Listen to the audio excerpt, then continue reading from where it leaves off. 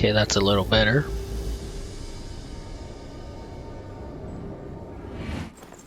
Okay, let's get started.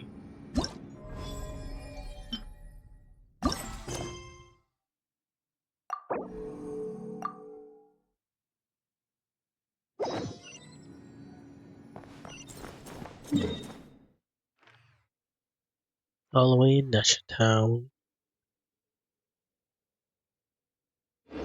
Oh, before I begin,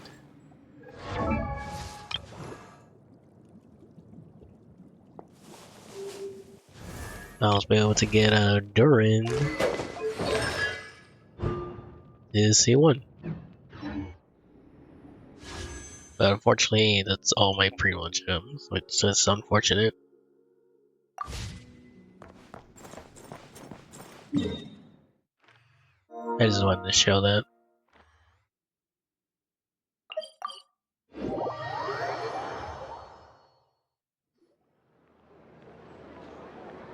Thank you for waiting.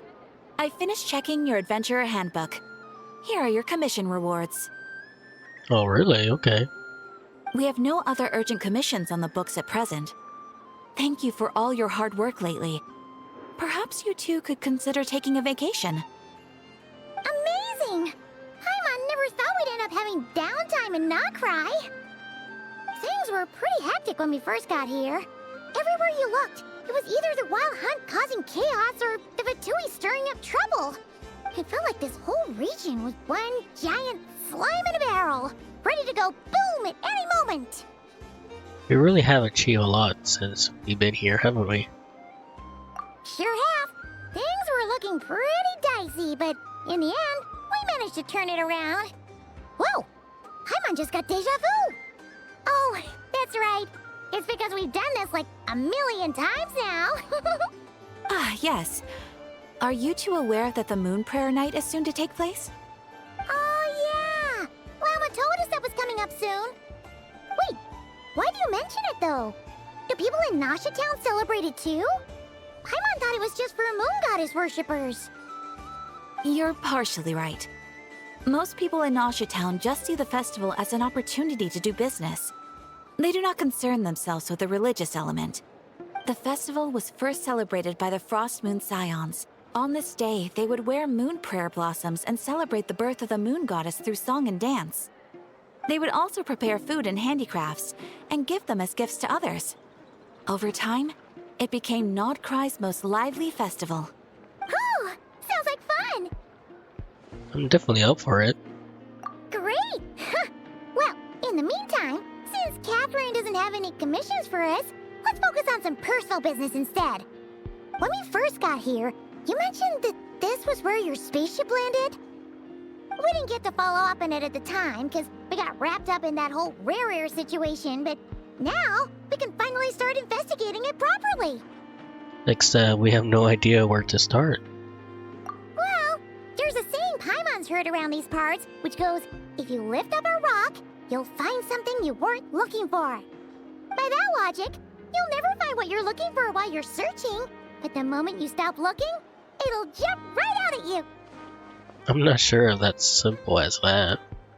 Could be worth a try though, right? Anyway, Paimon suggests we focus on other stuff we want to do for now, and just keep an ear out for spaceship-related intel as we go. We haven't even seen Columbina in a while. She used a huge amount of power in the final battle against Rainier. It has been much weaker since then. Don't know if I can do anything to generally help her, but surely a little chat can do no harm. One other thing that concerns me is we see no trace of the doctor so far. What's wrong? She looks super serious all of a sudden. I was just thinking about Columbina and the doctor. Huh? Paimon gets why you'd be concerned about Columbina, but what does the doctor have to do with anything? We learned back in Natlan that he's been investigating the moon. He has been suspiciously absent so far. Oh, that's true. And now that you mention it, we're definitely overdue for a showdown with the Fatui. It is weird that he hasn't shown himself this whole time. What could he be up to? Engrossed in one of his experiments, perhaps? Either way, his current inaction is a good thing. True. Paimon would much rather deal with Marionette anyway. She says the meanest things, but when it comes down to it, she doesn't seem like a bad person. Maybe it's the pressure of being a Fatuse? Especially as a Harbinger. Does she feel like she's gotta act tough to keep up appearances or something? Maybe? But then, every time we headed out with Rarier, she always wound up having to repair Polonia and her other robots. That's gotta sting. Losing face always hurts more for people who care a lot about their image. She's probably still furious about it. Paimon? I have a feeling she might have heard that. What? Relax, she's not even here. Huh? What's the matter? Oh, nothing. Sorry, we'll be on our way now. Where are we again? Oh yeah, Columbina? Right, yeah, let's go see Columbina.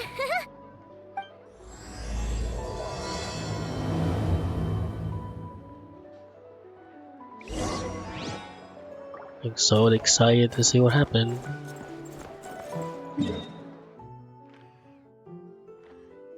I hope she's doing okay.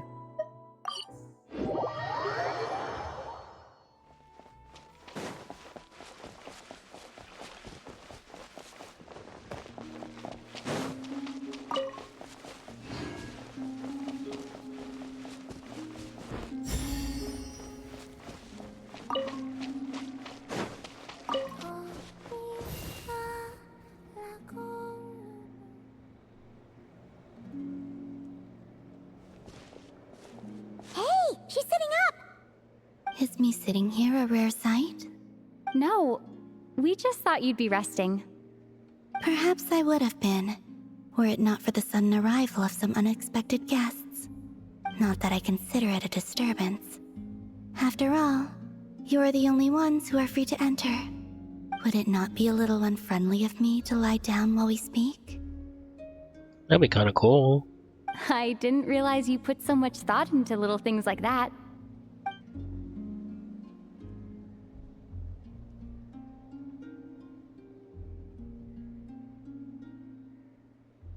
Only sometimes. There have been moments lately where I think about you and your companions.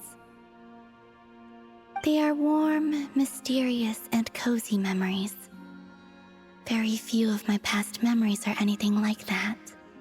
They say that travelers return home bearing bags full of souvenirs. But my luggage was empty, and I believed it would stay that way. Return home? So, you're still planning on returning to the moon? Yes. This planet continues to reject me, reminding me that I do not belong here. If I remain in Teyvat, there will come a day that I disintegrate. And I don't mean reduced to dust, or turned into food for the flowers. I mean, I will cease to exist entirely. Damn, that's unfortunate. Alright then. Well, we're sure gonna miss you. But it sounds like we'll have to say goodbye. How do you intend to return? The moon prayer night is soon to arrive. On that day, the moon will be closest to Teyvat. The Kuvaki in this land will reach its peak at that time. I merely need to grasp the tide, and with relatively little effort. Oh, Paimon gets it! It'll work like a slingshot! You make it sound like she's gonna get blasted up to the moon. If I did that, I suspect I would crash into the false sky. I will be using a much gentler approach. But I do like the analogy. It's fun. You see? She gets Paimon's sense of humor. In the blink of an eye, the time has come to part ways. It does feel that way, doesn't it? Time seems to fly fastest when you are enjoying it. I have always thought of myself as a wanderer on this earth, and it has never expressed any desire to keep me here. Yet, just as I plan to depart, it tugs at my arm. Is this a gesture of affection? Or is the world mocking me? Oh. were you hoping I can answer that? Yes. You are a traveler, so you must have a lot of experience in this area. Then, what I would say is, enjoy the moment. That's right! Don't overthink it! Happiness is happiness and joy is joy! The point is to enjoy it, not analyze it! I see. Then what I would say is, even though I am very tired right now, I am still happy. I can't tell from the tone of your voice. Oh, really? You don't think I sound happy? I'm just kidding. I could tell you were in a good mood today from the moment we saw you. Ah, a joke. Albeit not a funny one. That's funny. Anyway, I assume you're here about you-know-what. Give me your hand. Actually, it's not that. There's something else we wanted to discuss with you. Oh, then do you still want to give me your hand? Or not? Sure.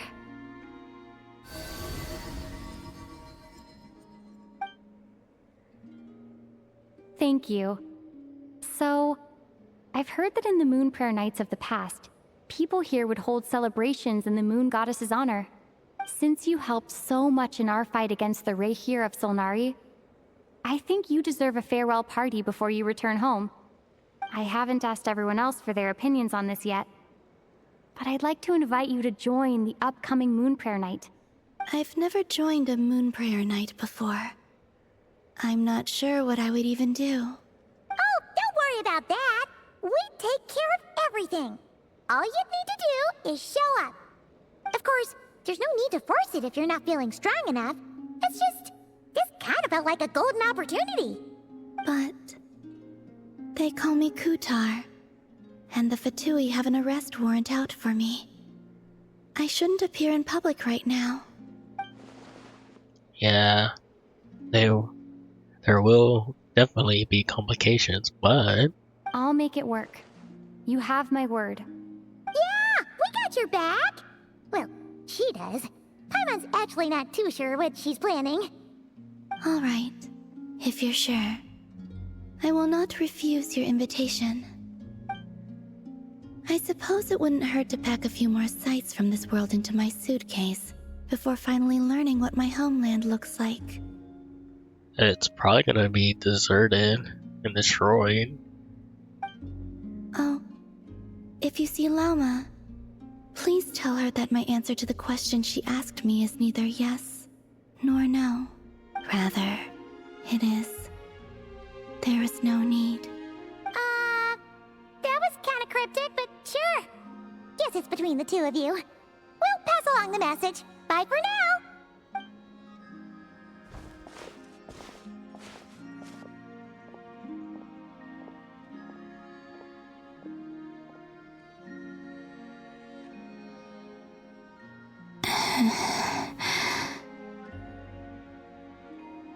And also, I do not know.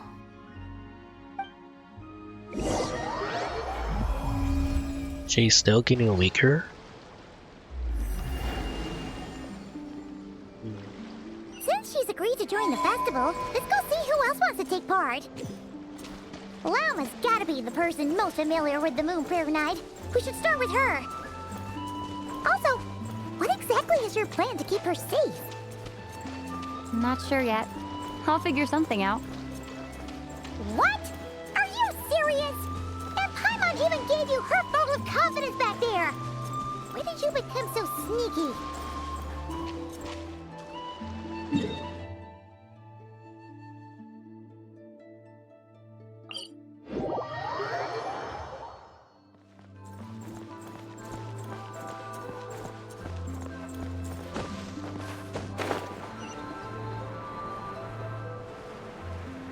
Oh, Llama and Varka.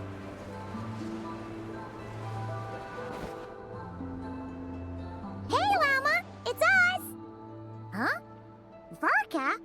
What are you doing here? Beats me. I had a bit too much to drink last night, and when I woke up, I was on Hisi Island. Mr. Varka is helping to oversee Nasha Town's preparations for Moon Prayer Night. He is here to go over some details regarding the decorations and custom cloth designs. Right, yeah, that too. What do you mean, that too? So preparations are already underway. Yes. Celebrating this festival is a long-held tradition here in Nocturne. On this day, the crescent moon at the top branches of the verdant crest turns into a full moon, and the moon prayer blossoms bloom with a special radiance.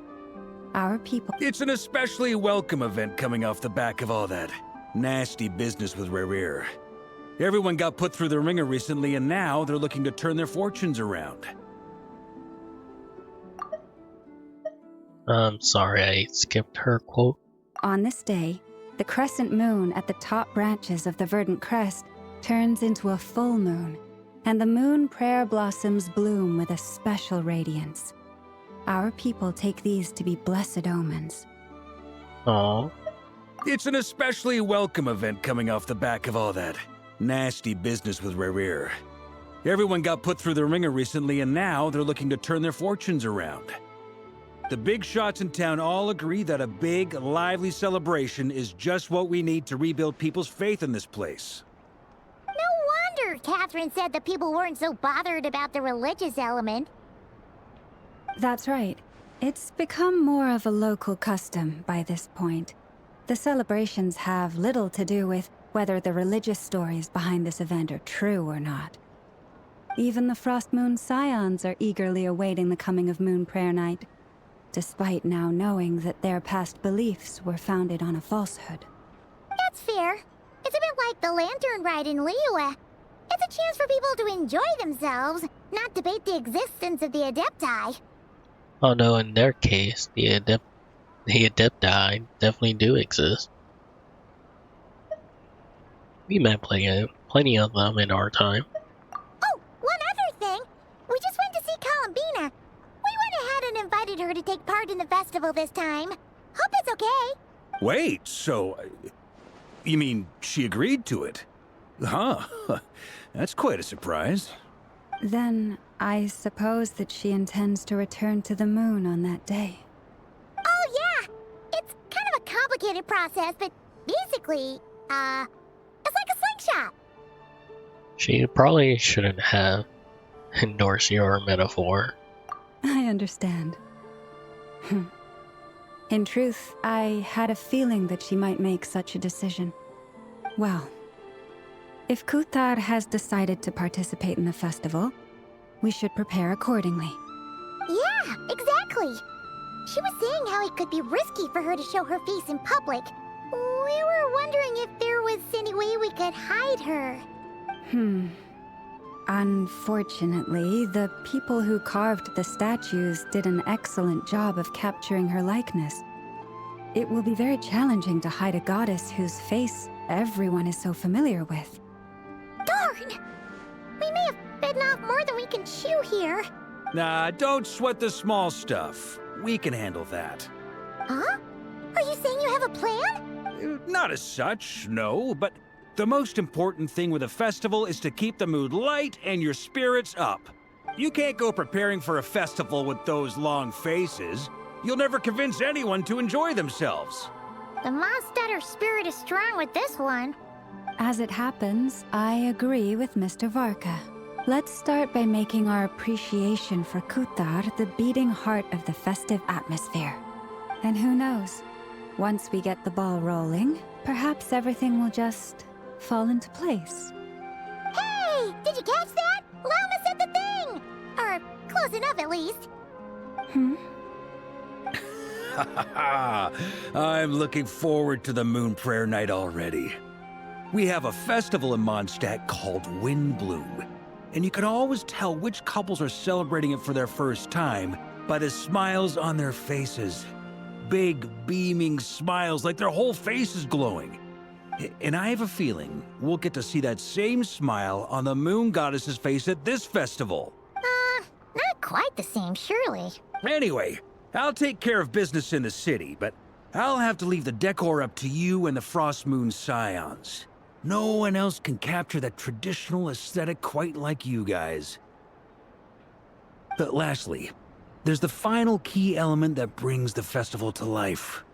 Companionship. We'll take care of that part. Before you leave, let me show you something that we've been preparing. Mr. Varka had asked to see it already, so you may as well tag along. Also, I have some further questions about Kutar's decision.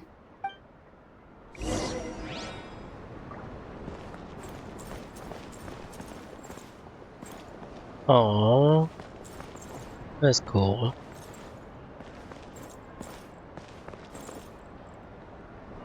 Huh? What's this?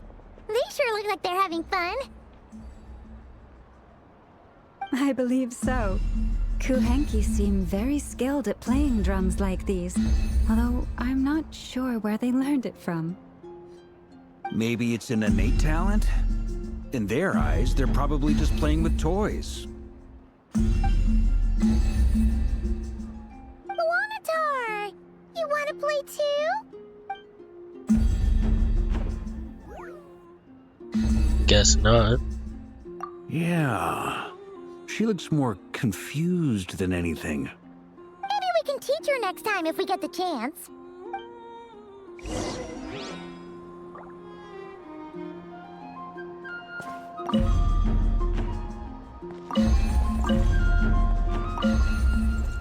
That's kind of cool. What are these floaty things? Moon veils. We hang them from buildings in the city during the festival. When you look at the sky through them, it creates a lovely misty effect.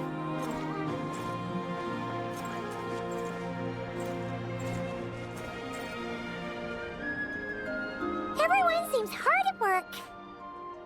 They are preparing items for Moon Prayer Night.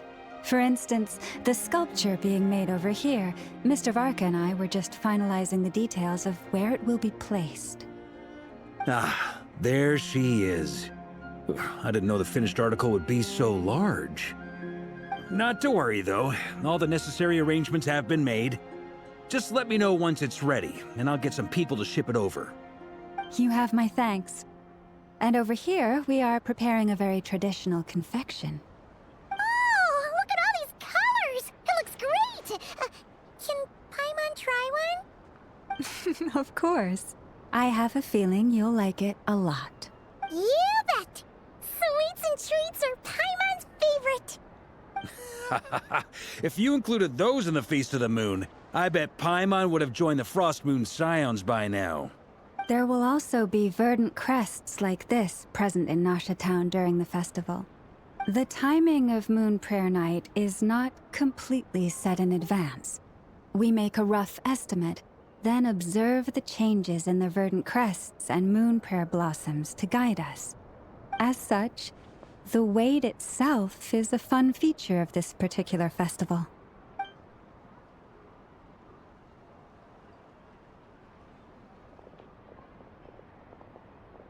Seems like they're having a good time.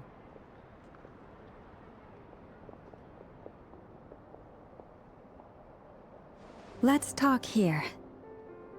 To tell the truth, I am very surprised to hear that Kutar is willing to participate in the festival.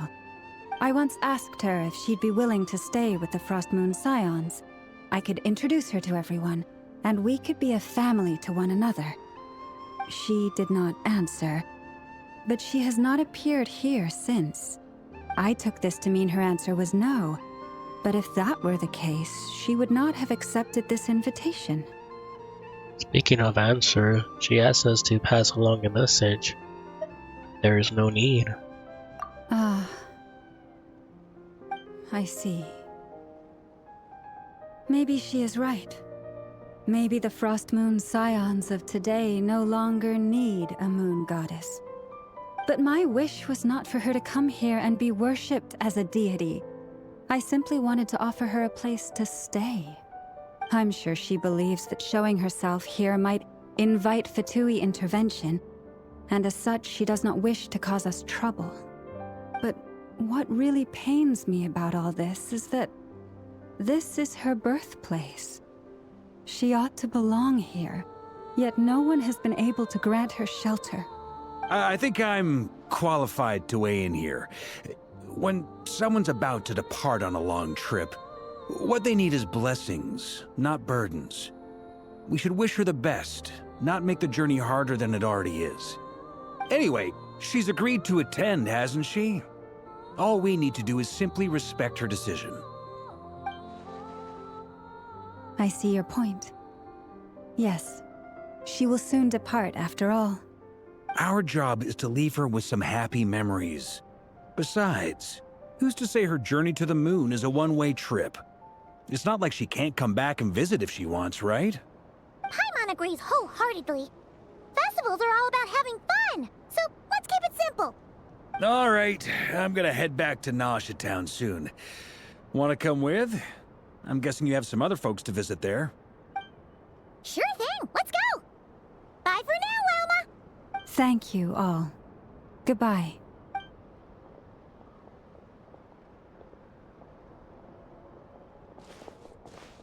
A traveler needs blessing, not burdens. It sounds good in principle, but will blessing alone be enough for Columbina?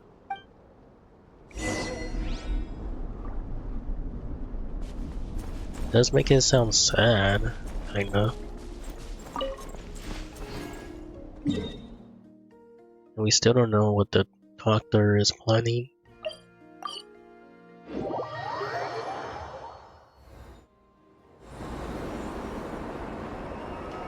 Huh? Hey, over there! It's Durin and Albedo with Flints! What could they be chatting about?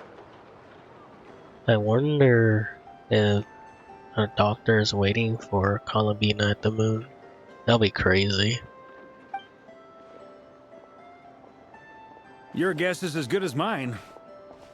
Ah, Grand Master, and the Traveler and Paimon. Hello there. It's been a while. Perfect.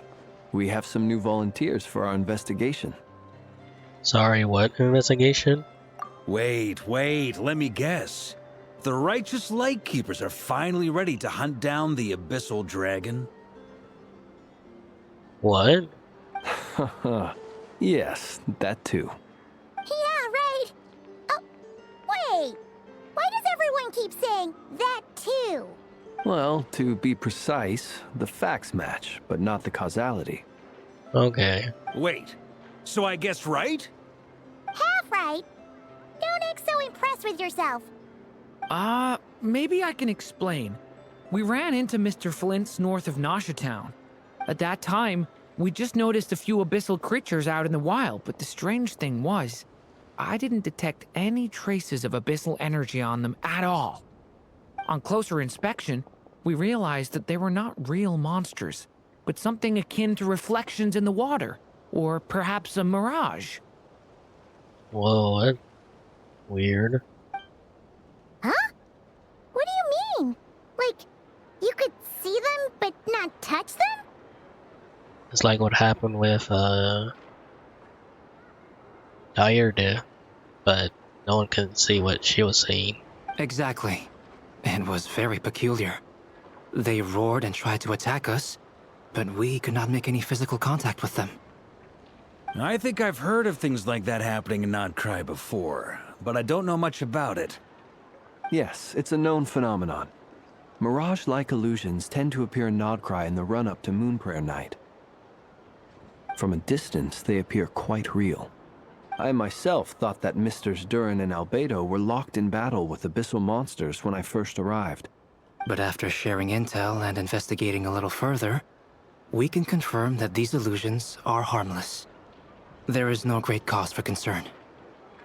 I see. I'm glad that they weren't real. All the Mirage stories I've heard are either animals, rocks, or small houses. Abyssal monsters, though? That's a first. It's a first for me, too. So I'm planning to look into it further just to be on the safe side. I intend to inspect a few more locations. What about you two? Any plans? Alice contacted me a few days ago. She'd like me and Durin to assist her with an experiment. But we lost contact shortly after receiving the message. I'm sure that comes as no surprise to anyone familiar with her. We don't know when the wind will blow, yet when the wind blows, we will know. That, in a nutshell, describes how Alice operates. Yeah, that tracks. Okay. Well, I suggest we investigate this Mirage business in the meantime. It's piqued my curiosity, and I'm pretty sure I know someone who will already be 10 steps ahead of us. Well said. Right? Whatever's happening in Nocturne, she always seems to be the first one to know. Oh, never. Let's go see what she knows. We can invite her and her staff to the festival while we're at it. At the Curatorium of Secrets.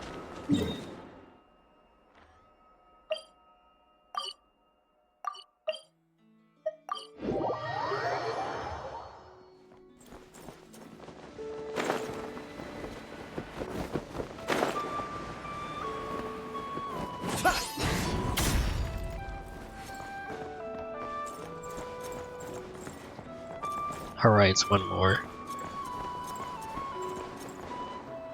Sorry.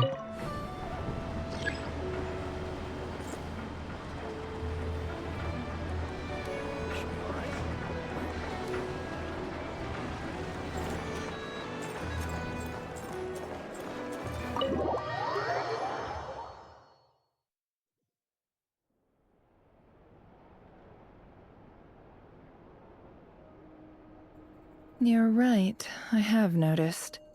There's certainly something a little fishy about this situation. Only a little, though. Records indicate that this phenomenon can occur in the days before and following Moon Prayer Night. That said, it has always been a rare sight in the past. The odds of encountering these phantoms are similar to looking up in the night sky, happening to see a shooting star, and managing to make a wish before it disappears. But this time, either everyone's getting lucky, or they're appearing far more frequently than usual. Yehoda's out gathering intel as we speak. In the meantime, let me check off some points of interest. First, the Abyss. The ones we saw seem to be abyssal monsters. Indeed. But we have identified one location where many more of them have made an appearance. And not just monsters, but human phantoms too. Given the scale and nature of the phantoms, it's almost as if someone's last memories are coming to life. Or perhaps the memories of multiple people. Ooh, could it be Colomina? Oh. So you mean the phantom monsters are hunting down the phantom humans? Exactly. The phantoms can interact with each other, but we have no means of intervening. In addition, some of the human phantoms would seem to be from the very distant past. This is clear both from the clothing they wear and the stories they tell. They claim to be from Hyperborea, a name which I've heard from Lauma before. If this is true, it means they must be from 6,000 years ago. Hyperborea sounds familiar. Did Paimon hear that right? 6,000 years? That is a lot. It sounds like this merits further exploration. That'd be a big help. I'll leave it with you, Albedo. My knowledge of ancient history is non-existent. I used to doze off every time the pre-Knights of Favonius era came up in class. It's quite a miracle that you were able to understand these phantoms' speech, given how long ago they lived. I suppose you're right. But I'll leave the archaeologists to ruminate over that conundrum. As an intelligence broker, my sole interest is in the value of the information I gather. Which, in this case, hopefully means earning myself some good favor with our dear Lady Moonchanter. So calculating. Whew, this intel broker logic always catches Paimon by surprise. Sounds to me like we could split the work up. I think the abyssal phenomenon is best left to Albedo, Flint's, and me. Agreed. It coincides with my duty as a lightkeeper. For my part, I'd like to understand the Abyss better. Even a little knowledge would go a long way. This is certainly a rare opportunity to study the Abyss. But even rarer, perhaps, is the chance to make contact with the Ancients. The Curatorium will take the lead on investigating the Hyperboreans. We put in the work to learn what we know so far. It seems only fair that we get some quantity of exclusive intel. That just leaves our trusty team of 2 unassigned. Seems like it, yeah. Wait, we're a team? Since when? Since you became an honorary knight, of course. This was part of my grand plan all along. Ha ha ha! Yeah, sure. Oh yeah, by the way, we managed to convince Columbina to come to the Moon Prayer Night celebrations. Would you and Yehoda like to join too? She agreed to that? Huh. Quite an achievement. Never underestimate the traveler, I guess. I'd be happy to join. No point shutting myself inside when the streets are all decked out. I doubt any clients will be visiting during the festival in any case. And Yehoda loves a party, so I'm sure she'll jump at the opportunity. No, no, no, no, no, no, no, no, no, no. That was a surprise. Way to contradict me in front of... Wait, no, that's not what I have bad news, boss. So many people. All right, everyone inside, quick. Damn. This is gonna sound crazy, but hear me out. I saw one of those phantoms at Star Sand Shoal, and it was some sort of flying ship. Like a spaceship? A spaceship at Star Sand Shore? That's gotta be the one you came to Tibet in. You said you saw the same thing through the moon marrow, right? Huh? You already know about it? Ugh, I thought I was gonna blow people's minds. Turns out I'm the last to find out. Wait, back up. You came here in a spaceship? Now my mind is blown! What's it like on the inside? Was it like flying through space? I want to know everything! Maybe that's a conversation for next time. Is it still a huge discovery on your part? Yep, exactly. Huge discovery. You're the best, second best intel broker in the world. After your boss, of course. Wow. Really? Well, I don't know if I'm all that, but... I guess that decides where we're heading next. Come on, don't look at me like that. I know the spaceship doesn't have anything to do with me, but you don't want to leave me as the only one twiddling my thumbs, do you? Please? Fair enough. You can tag along. He probably knows about it too. In that case, let's meet back here to discuss our findings once we're done. I wish everyone a productive investigation. You too.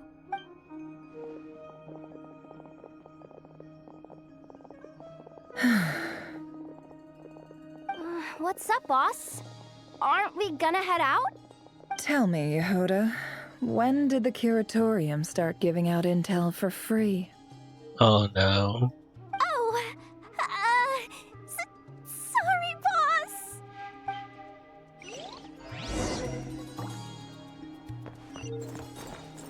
That is hilarious. Oh, so it was that place. Oh, never mind. The one I'm thinking of was like over here, I think. Yeah. Close to Nasha Town. Holy crap. That is our spaceship.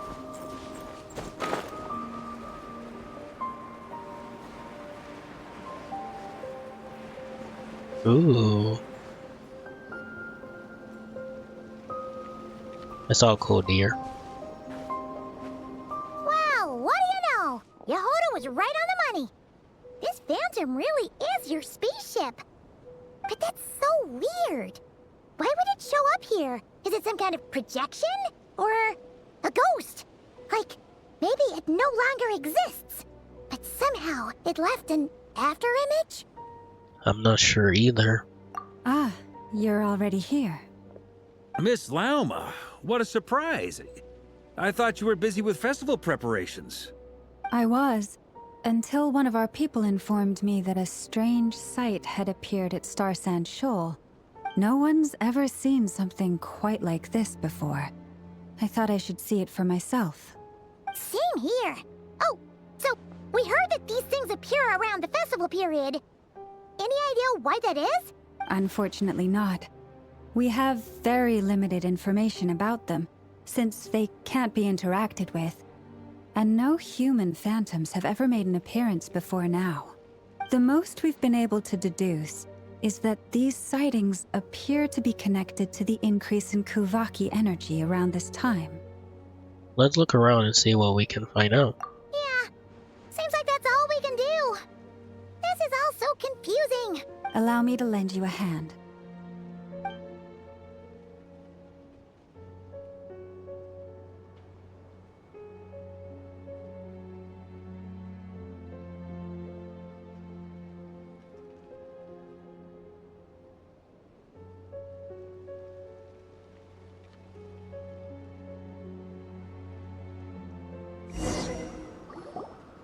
Everyone, our friend here should be able to provide us with some information. I knew that deer was gonna be important, which is funny. Is that a phantom rhymehorn deer? I've heard about how the Frost Moon Scions live in harmony with the animals and can even communicate with them. That's coming in handy now, for sure. Okay. Yes, I understand. Then how about this?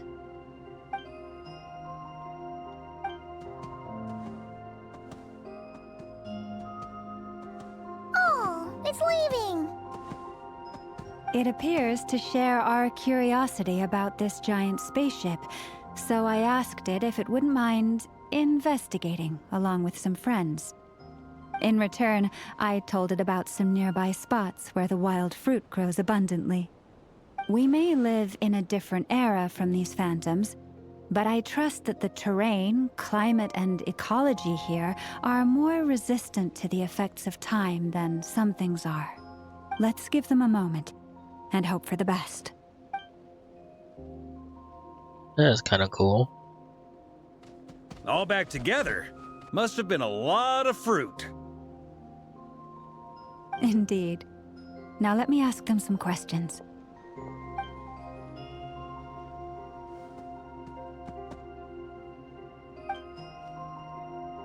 It did find a lot of wild fruit, enough for them to feast for a long while.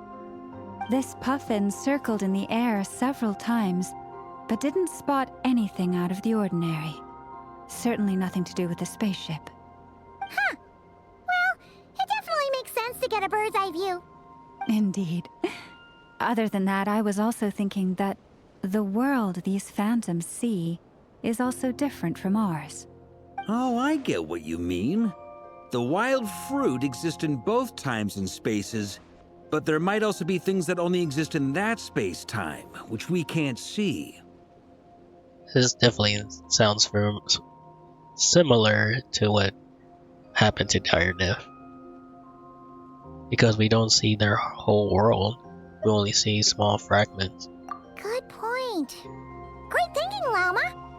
Blunthorn rhinos can use Kuvaki to shift great rocks, but this one says it couldn't get that ship to budge by even an inch.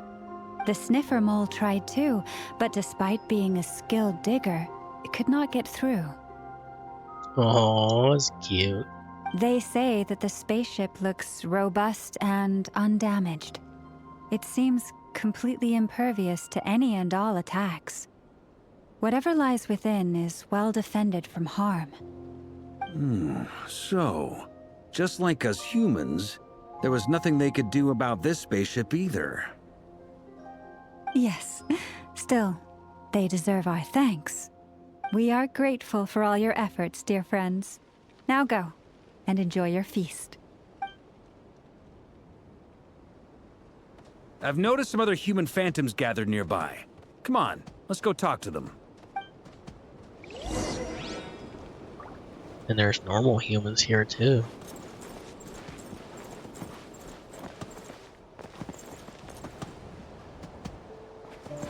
Wow, that's creepy.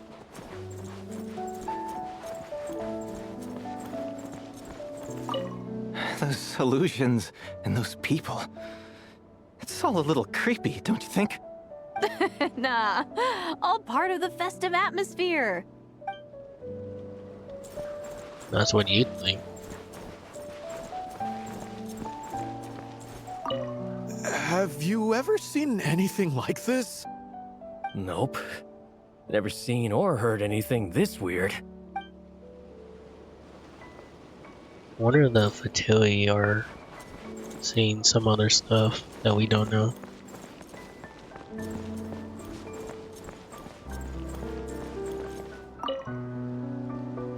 What is this thing? I've never seen it move, and there's no way to get inside. Goodness knows. My grandpa says it's been sitting here at least since his grandpa was still alive. What about his grandpa? Did he say anything to your grandpa's grandpa about it? Huh? I don't know. In all likelihood, it was here back then too. Hard to imagine something this huge could move. Guess that means that as far as they're concerned, this ship's been around a long time. And that's it? Okay.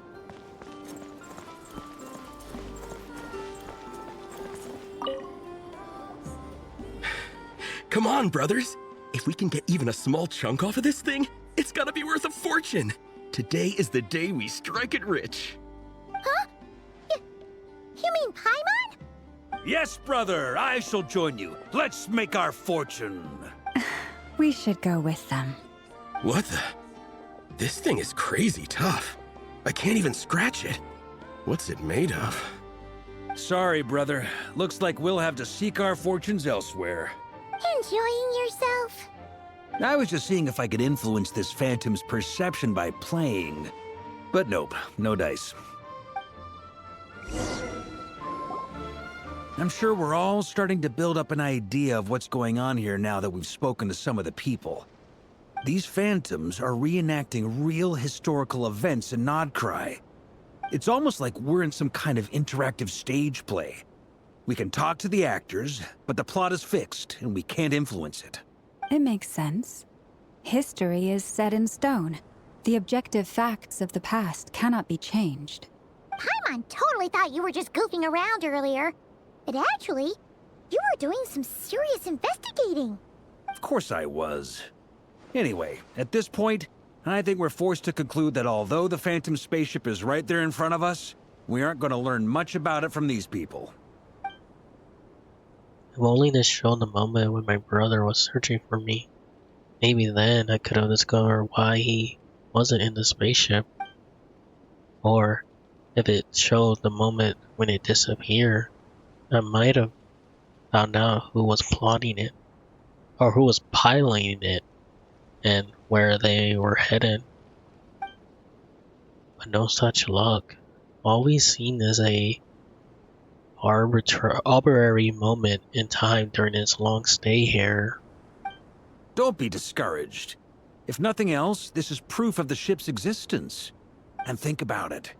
So many people tried to hack their way inside, but no one could get the door open. It's made of very tough material. To me, that says that we'll either find the ship itself or the story behind it. It's just a matter of time. Thanks, Orca. Huh. Every now and then, when Varka gets serious, he actually does seem like Grandmaster material for once. I wonder how the others are doing. Let's head back for now. Sounds good. Also, drinks are on me if Team Knights of Favonius is the first to finish. Wait, we have a team name now? Am I in Team Knights of Favonius as well? You're very welcome to join. We've even got a cathedral ready for you. Isn't that technically blasphemy? You wouldn't dare make a joke like that if Barbados was in earshot. Nah, I'm sure Barbados doesn't mind a little harmless blasphemy once in a while.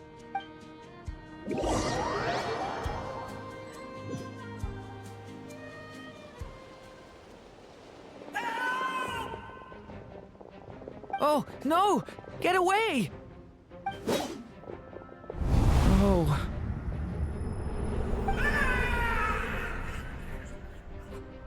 Oh damn, that's unfortunate, Durin.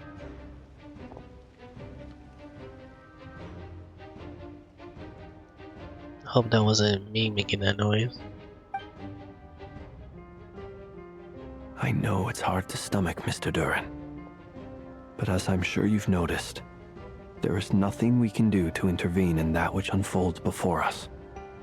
But we have to at least try. And try you have.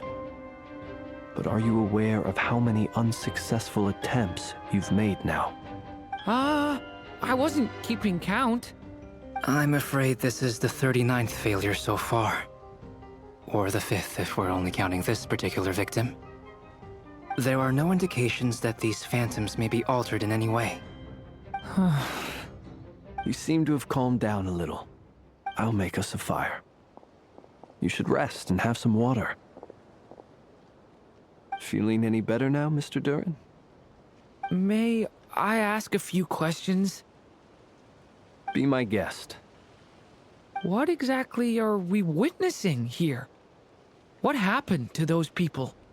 My guess would be that we are seeing Nocturne during the Conrian Cataclysm. Would that be accurate? Oh damn. Conria. That is correct. As you know, once the Abyss senses even the tiniest crack, it floods in and spreads like wildfire. There was a time in the distant past when it permeated all of Nocturne, causing immeasurable harm.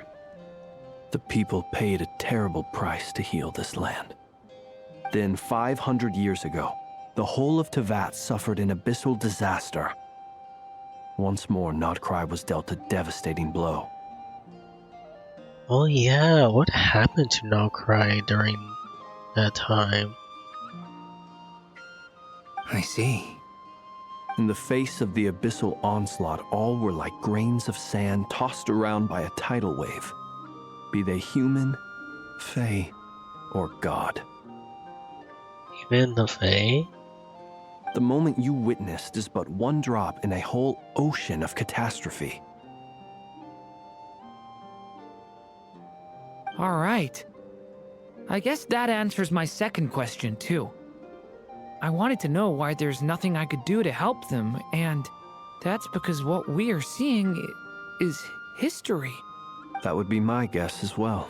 As I understand it, history and fate are not all that dissimilar. The latter may be unseen to us, but both are immutable. Yes. Fate was determined long, long ago. I still have a couple of other questions for you, Mr. Flintz. You mentioned more than one abyssal disaster that has struck this land in the past.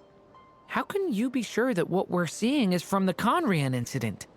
And also, how are you able to stay so calm when you're talking about these events? From everything I know about you, you're not cold or ruthless, and you're not indifferent to the suffering of others. Alas, I am forced to show my age. I must be 600 or 700 years old by human measure. Holy cow. Damn. Wait, so you... One is not easily moved by history when one has witnessed the truth firsthand. I'm sorry. You needn't apologize. Your passion is a good thing to have. Treasure it, because someday you may find it in terribly short supply.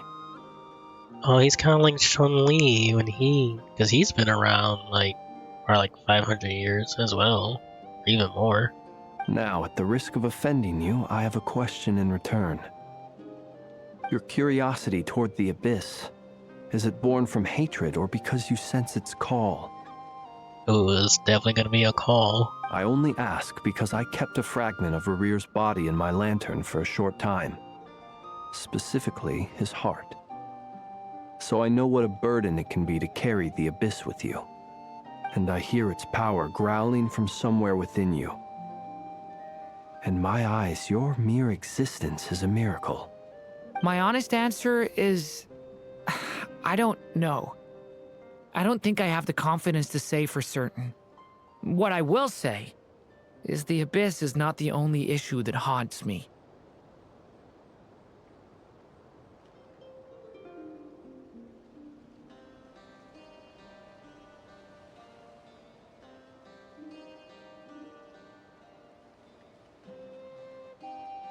Someone just texted on Shri. I wanted to say hello. Even before I became who I am today, the question dogged me constantly. Should I even exist at all? Hey, don't say that, Durin. My doubts remain unresolved. But when we fought Rerir, something became a little clearer to me. Sometimes it is the darkness within us that allows us to achieve the impossible. I certainly got the sense from your 39 attempts that you were trying to achieve the impossible. It sounds like you've resolved to see the truth for yourself. Absolutely. In that sense, he and I are quite similar. Then I wish you every success. I look forward to the day of your transcension. Well, if everyone's caught their breath, I suppose we should head back. Oh, and one last thing. I'd appreciate if you kept our discussion about history a secret.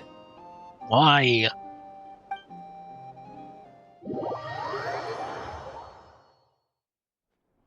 Incredibly, our separate investigations led us all to the same conclusion.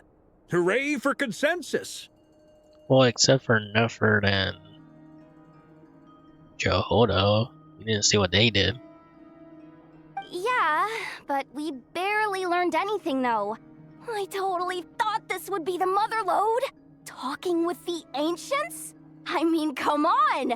But nope. All we got was useless snippets of conversation. And all this stuff about moons and hyperopia. What a load of baloney. Seems like people back then had a few screws loose. I understand your frustration. We found the same issue.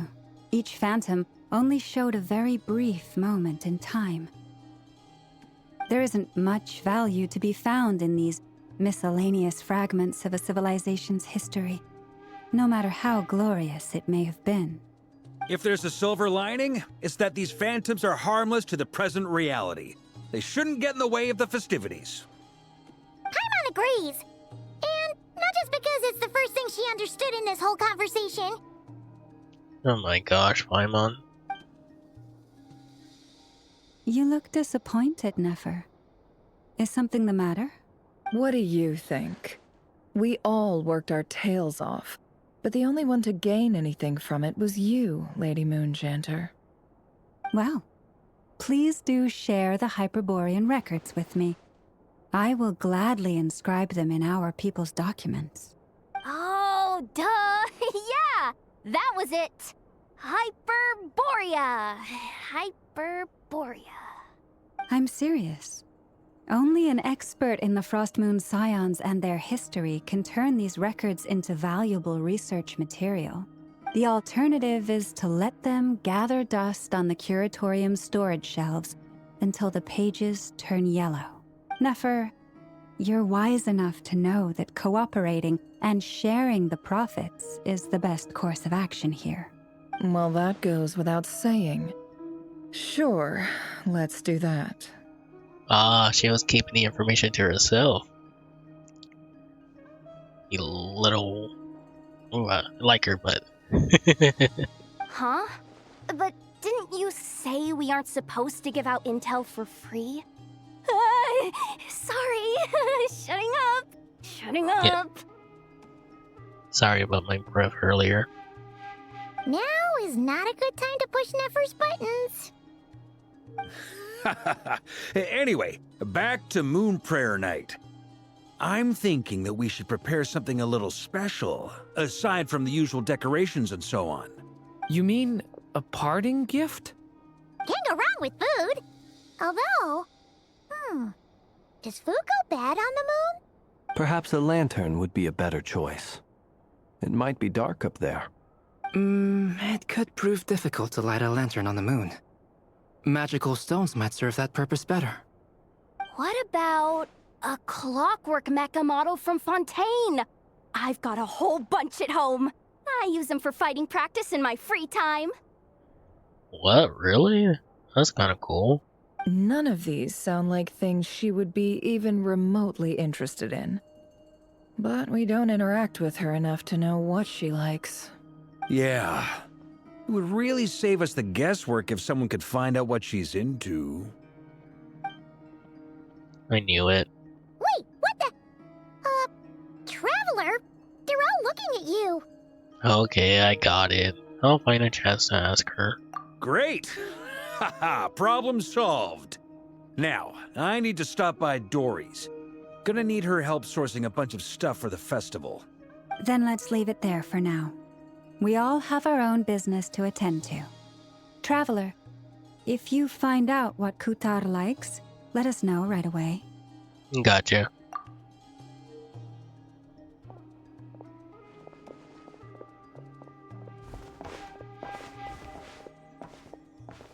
Is something the matter? That's my line, Durin. You seem a little down. I'm fine. It's just... I'm still feeling a little rattled after witnessing the horrors of the Abyss. But it's okay. This is something I have to work through. I'll be alright. Thanks for your concern. Well, don't put too much pressure on yourself.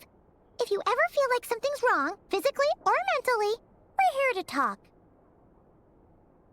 Oh, don't forget, I'm a member of the Knights of Felonious. You can always rely on me. Come on. Stop treating me like a kid. You're still a kid.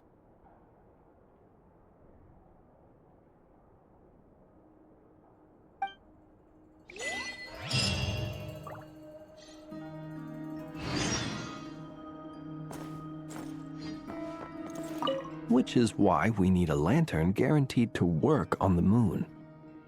Yes, I have a few ideas, but the lantern itself is the easy part. The real issue is how little we know about the lunar environment. Wait, you two are serious about this? Let's just say I'm intrigued by these shining magical stones that Mr. Albedo has mentioned.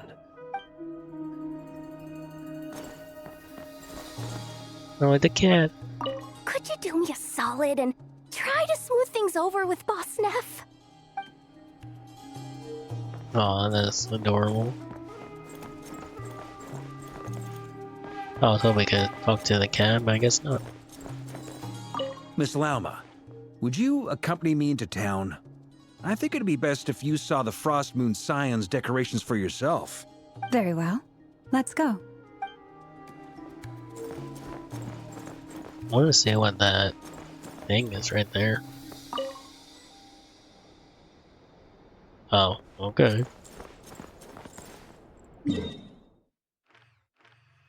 Salamina.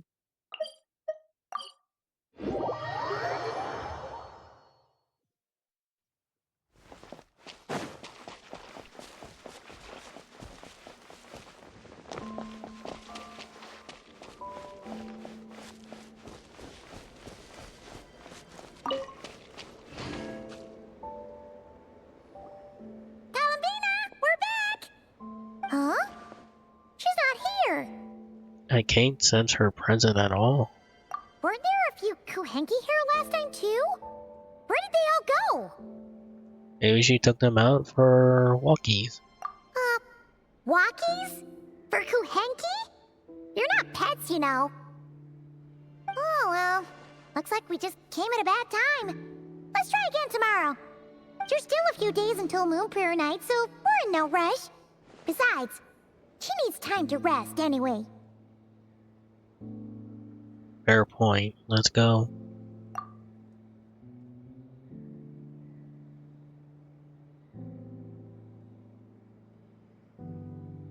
Kalamina!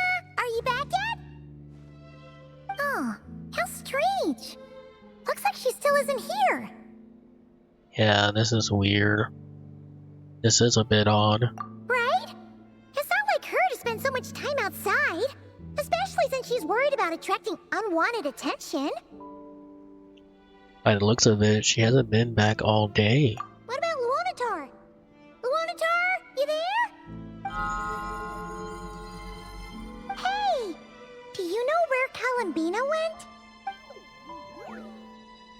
Sorry, didn't understand. But if you know where she is, could you take us to her? Sounds like an I don't know either to me. Yeah, that's even stranger.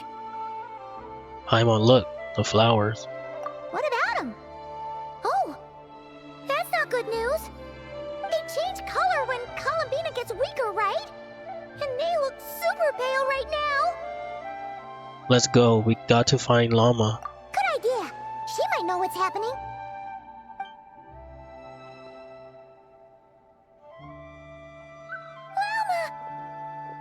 Ah, it's you. How is Kutar? Is she okay? She's missing. Has she visited the Frostmoon Scion? No, she hasn't. I came here to check on her after I noticed the flowers had changed color. Based on past precedent, she must be very weak right now. Even getting up to walk would be a struggle. It seems unlikely that she wandered off outside. Not to mention that she doesn't do that at the best of times either. So yeah, this is super weird. Has anyone approached Silver Moon Hall lately? No.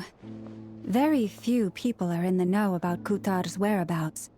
And if anyone suspicious had visited, they'd have left some sort of evidence. Come on, let's go to Nasha Town. If anyone has seen her, someone there will know about it. It's not Cry's information hub after all. Makes sense. Let's go! I wonder if that's the... How should I put it? The doctor is finally making his move.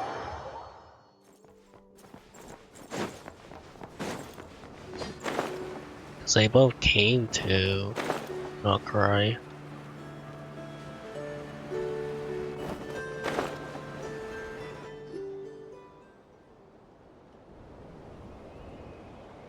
Wait a moment. Is it just Paimon, or is this stall kind of suspicious? It's never been here before, right? No, I don't recognize it. Alas, your free and easy adventure time is over. Now, prepare to face the final boss of Nod Cry. Whoa! Where'd that voice come from? Not sure, but it's definitely hostile. No, no, no, not that way. The final boss is right here. That sounds like Mona, teacher. The sniffer mole? That's the final boss? Surely not. Also... That voice is a little familiar. Okay, the jig is up. I'll stop teasing you. Turn around. I'm right behind you. Of course. It seems I've managed to leave quite an indelible impression, even though you've never seen my face. Ah, nothing could make a great mage more pleased with herself. What the heck? She messed with the screen. Great adventurer of the realm, Dodo King, defender of old Mondstadt, etc.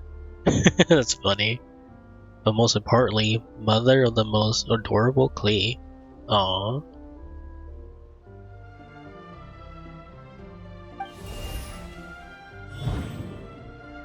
Oh.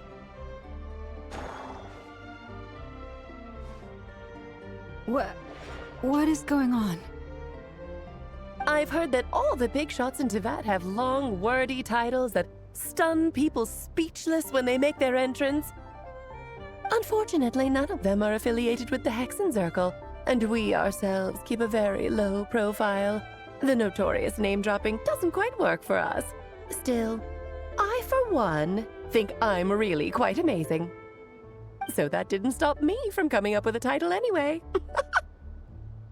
Oh, so she made her own. That's adorable. Oh, look at her eyes, though. Interesting. Alice? It's really you this time? Not a lantern or a dodo but Alice in the flesh? Oh, that's right. So, what do you think? How does it feel to finally meet me? You look very beautiful. You look like... You look so young. What is that supposed to mean, I'm the mother of Klee, Tivat's #1 cutie. How old could I possibly be? So she's a friend of yours? Kind of. Kind of? This is actually the first time we've seen her in person. I see. Madam Mage, that was, quite a powerful entrance.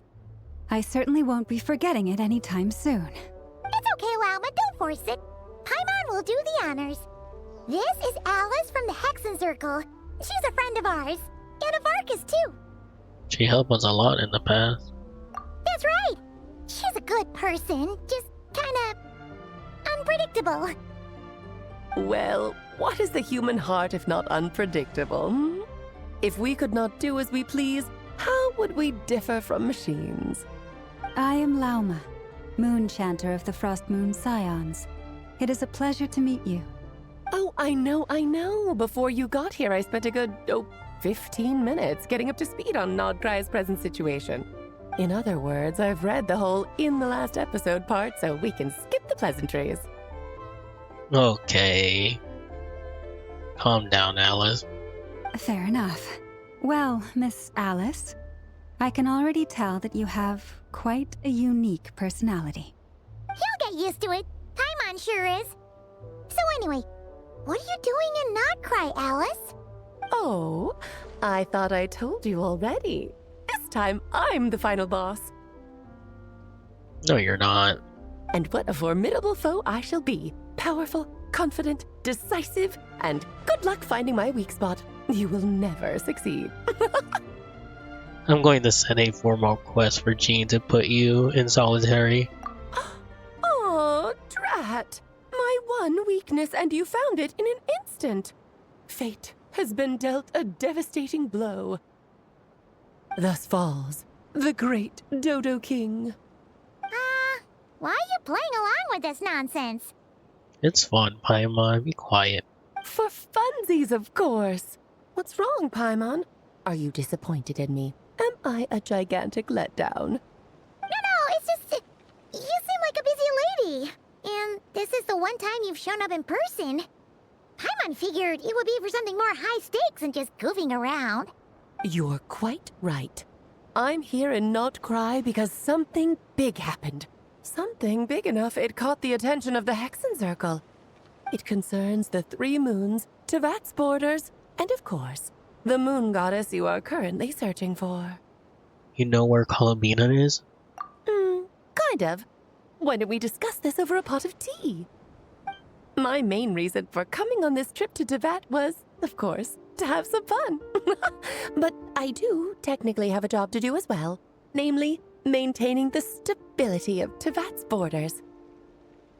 I'll skip over the complicated parts, but to sum it up, abyssal energies are all that lie beyond Tivat's border. We'd find ourselves in a real pickle if they ever made it through. And the phantoms you've been seeing are a sign that the border has been disturbed. Oh no. No wonder they tend to show up around Moon Prayer Night. Is it because the real moon is now so close to us that its power can cross the border? In part, but only a negligible amount passes through. Just enough to influence the verdant crests and so on. And as you've noticed, there has been an unprecedented number of phantoms appearing this year. The influence of the moon beyond the border cannot explain this. No, there is another far greater factor at play. A doctor, I bet. The trilunar syzygy. What? A trilunar syzygy. Eons ago, before the heavenly principles came to Devat, it was the then 3 moon goddesses who controlled the laws of this world. You're talking about life, death, and such, aren't you? Oh, that's exactly it. The 3 goddesses split these powers amongst themselves, promising never to consolidate them into one singular body. This was meant to keep the world stable. Right. But, fast-forwarding to the present, the eternal moon's marrow is with you, while the iridescent moon's marrow, which should never have appeared in this world, has been retrieved. Add that to the presence of a moon goddess in the flesh and... Oh. The power of all 3 moons is gathered here in Nocturne. There hasn't been an event like this since the War of Funerary Flame.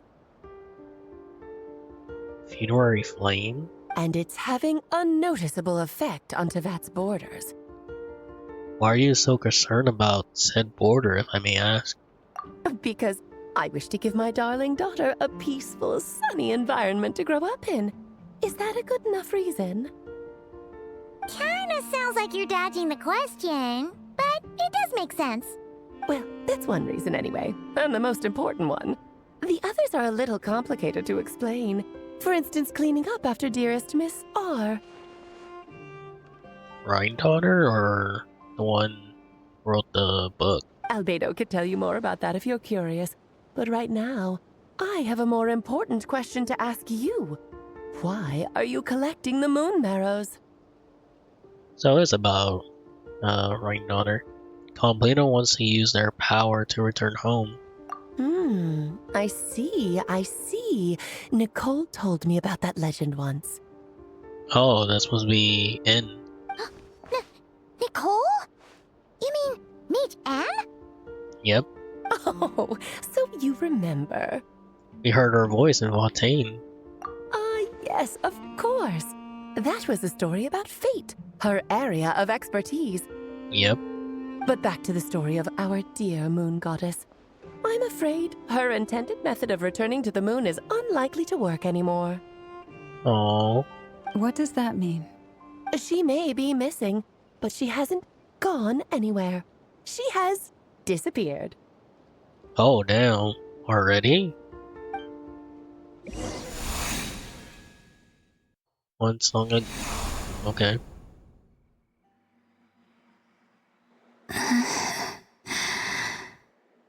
My body is so heavy. So she doesn't longer exist in Tevat anymore? Wait, no. It's my mind that's heavy. My arms and legs are as light as a feather. What's happening to me? I feel drowsy, like I've been asleep for too long. Is it daytime or nighttime? Is the moon out? I think I'll go for a walk.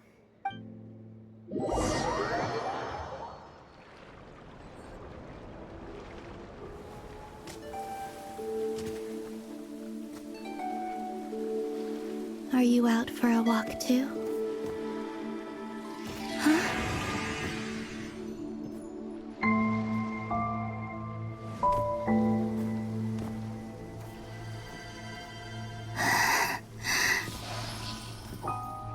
Not now. The day has come at last.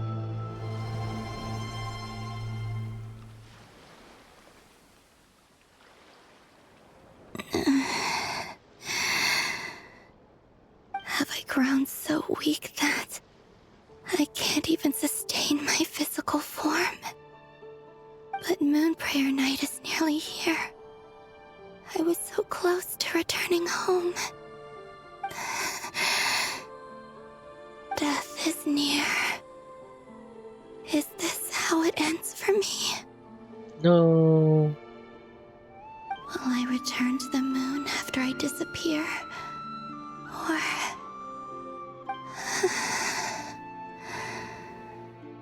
I don't want it to end like this. far at least, I still exist. Even if not physically, I can still feel. But as my power wanes, I'm sure that too will fade.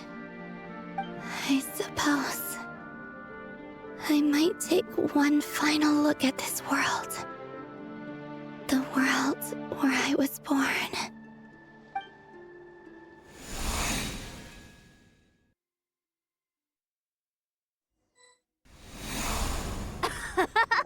Come on, come on! Wait, what? The Frost Moon Enclave one last time? Wait for me! The Frost Moon Enclave. How much it has changed since I was born. Oh, I must have been talking to her.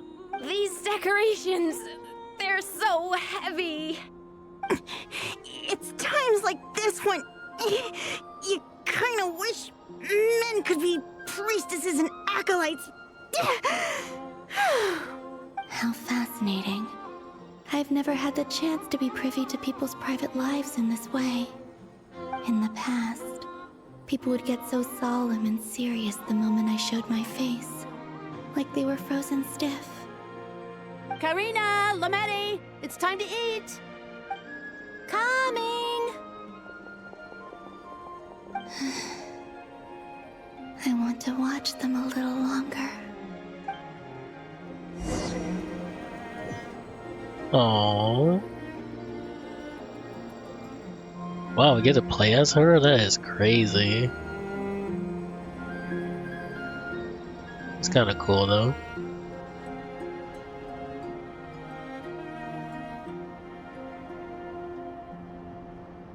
I'm sure you're both tired from playing all day. Come on, eat up. A plain, humble meal. That has always been the way of the Frost Moon Scions. Huh? How come Lametti got a midsummer berry dessert? Oh, I always get Lockaberry. I don't mind sharing. You can have a bite of mine if I get to have a bite of yours. Hmm? They're sharing food? I've never shared food with anyone before. Even at the Harbinger tea parties, everyone just ate off their own plate. And when I couldn't finish my food offerings from the Frost Moon Scions, they'd leave the leftovers out under the moonlight for the animals to claim. Hey! That was 2 bites! Oh, then you can have another bite of mine. Oh, you too. Oh, don't fret now. Here, have some of Granny's too. So this is what it means to be family. Aww. Lamina.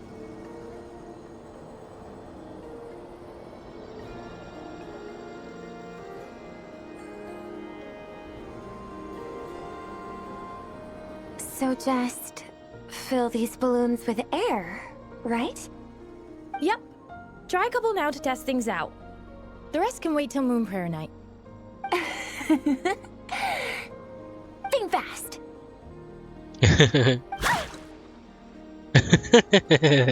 Breda! Teasing an acolyte of the Frost Moon Scions? Surely that's a punishable offense. Take this! Huh? Alright, enough horsing around. Lady Lauma gave us a task. We should get back to it. The task is just to check that the balloons don't leak, right? Doesn't matter if we fill them with air or water. Yeah. Okay, you got me there. And you got me there. But still, we can't use all the balloons before the festival even starts.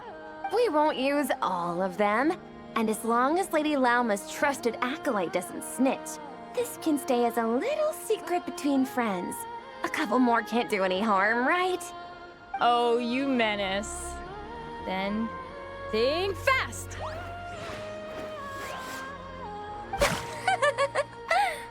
Is pumping a balloon full of water really so much fun?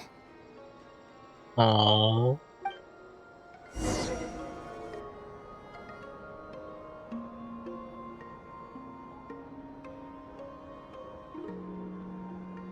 I'm seeing so much that I'd never usually get to see. They'd never act like this when I was around. It's nice, being able to just watch people in peace in these final moments. What a rare opportunity. I think I'll go take a look around Nasha Town, too.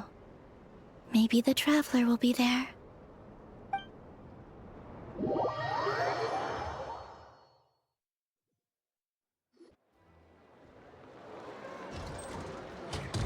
After the War of Funerary Flame, the Moon Goddesses were no longer recognized by Teyvat. They lost the whole foundation for their existence. What's the funerary flame, Alice? That's why the Moon Goddess's strength is fading. She cannot withstand the world's rejection of her. So just like what Columina said, the world itself is rejecting her. To be more pedantic about it, the Moon Goddesses did something to offend the heavenly principles, and that's why they were ousted. Something of a recurring theme in Teyvat's history. Yeah. Theoretically, speaking so candidly should put me in their crosshairs too, but they can't tell me what to do. I'll say whatever I want. Oh, damn.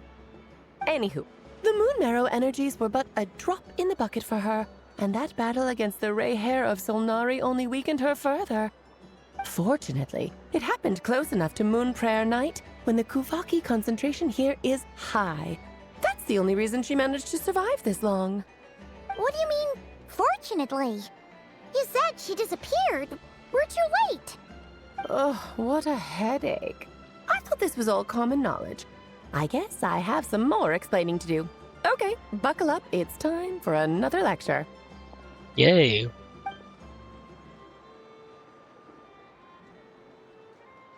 Now, I said earlier that the Moon Goddesses lost the foundation for their existence.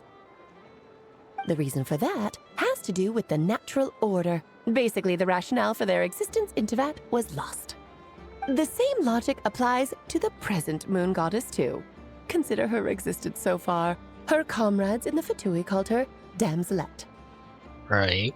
And she was worshipped as Kutar by the Frost Moon Scions. But these connections have now been severed, whether by her hand or yours. So, the rationale that once sustained her existence is now gone. Wait, we did that to her? Oh, well, strictly speaking, yes. But let's not start pointing fingers, shall we? I'll only end up as the big bad villain, and that's not the kind of final boss I want to be. If you're making light of this, hopefully that means you have a plan. Of course I do. I'm only the greatest mage in the whole entire world. She sure is. Now, if you wish to find your Moon Goddess, there are two problems we need to solve. Firstly, we'll need to strengthen the connection between her and Teyvat, at least enough to sustain her until Moon Prayer Night. Strengthen her connection? But does that mean I'll have to rally all the Frost Moon faithful behind this? I'm afraid a bygone faith and a former home won't be of any help to her now. Do you know her name? Not her real name. Her name? Yes. Names are very important things. A name is a fundamental concept that anchors one's entire existence. I asked her once, but she said she didn't know. Then your first job is to find it. As a moon goddess, I'm sure she must have a name she identifies with. Neither Columbina nor Kutar is her true name, and she's never really accepted either of them. So, finding out her real name is enough to sustain her existence? Yes, I know it sounds like a small step, but every journey begins that way. So for now, that's all we need to focus on. The second problem is with her plan to use the moon marrows to return to the moon.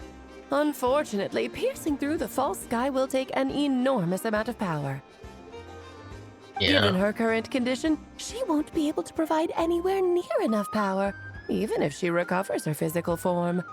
But no need to fret. Nicole's the expert in this field, and I'm sure she'll figure something out. Wait, mage and is going to help us out too? That means we've got 2 Hexacircle mages on the case. This is turning into a pretty big deal. Actually, this is more of a side quest for me. Very funny, Ella. Like you said, I'm a busy lady, so I can't stay for too long. I'll have to return to Tevat's border soon. Thanks for telling us all this. That's the upside you get for looking out for my little Klee. Hopefully that will incentivize you to carry on keeping her company in the future. Anyway, jokes aside, you'd better get moving. It will take quite a miracle for the Moon Goddess's consciousness to hold out till Moon Prayer Night. Oh, I suppose I might as well tell you where Nicole is before I leave. Yes. Off you go now. Time to meet your new friend. Oh, yes, and a little suggestion.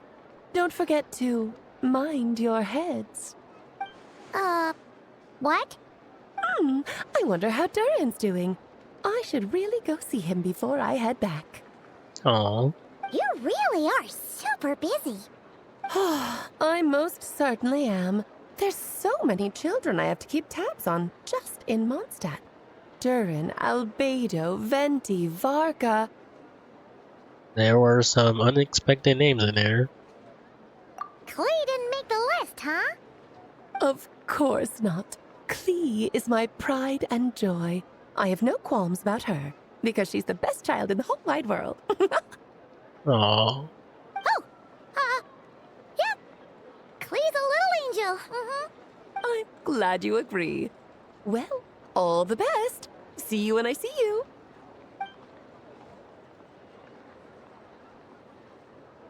She left in a hurry. Indeed. Yeah. She didn't pack up her stall. Should we handle it for her? I doubt that's necessary. A mage of her ability doesn't need our help. I must say, I'm now very curious about her daughter. Klee, wasn't it? What's she like? You don't want to know her. That's a long story. Come on, we'll fill you in as we go.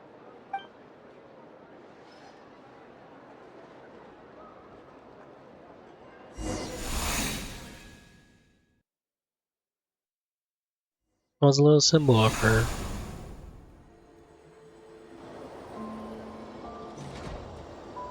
What a lively place. I've never experienced Nasha Town like this before.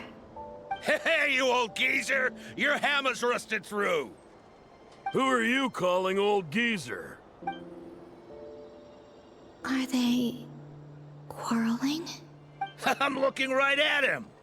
You've really gone downhill since giving your daughter free rein in the workshop. Can you even swing a hammer anymore? It shouldn't take you days just to fix a single chair! You might as well use that hammer to massage my back for all the good it's doing.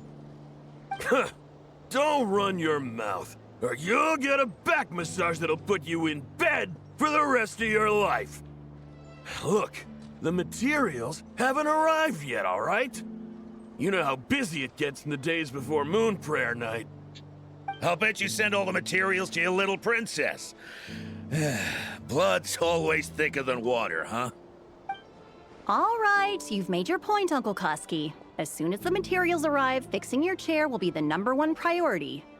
And Dad, if you've got time to chat, why don't you lend me a hand, See? Lolka knows what the score is. I guess they're friends. But the way they spoke to each other was so ugly. Then again, it wouldn't be the first time I've seen something like this. You know, that's true. Columbina!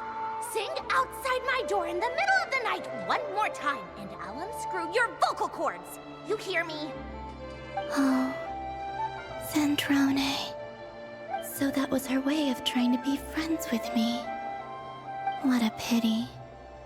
I won't get the chance to say any ugly things in reply. Aww.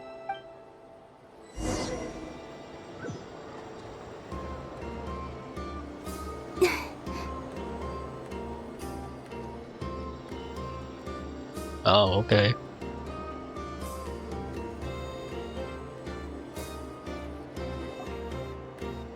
Hey, have you decided what to give her for Moon Prayer Night? I sure have. She's gonna get the surprise of her life when she's least expecting it. Then I'll whip out the ring and pop the question. The surprise of her life. What a fun turn of phrase. Cool, I get the picture. You can spare me the gushy details. Ooh, looks like we have a customer. Hello there, ma'am. Would you like some Moon Prayer Night candy? Huh? Is he talking to me? Can he see me? Here you go.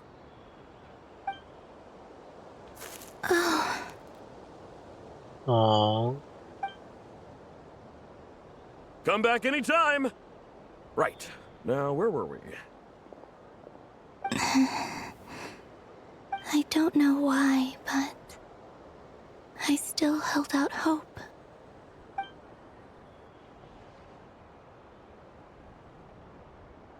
The most important thing right now is to find that mage. This name thing seems super important too, but where do we even start looking? I'd better go pay the Fatui a visit.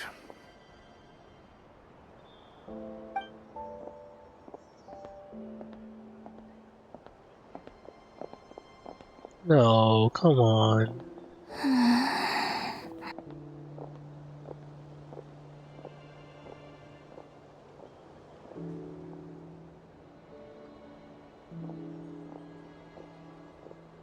Columbina? Yes.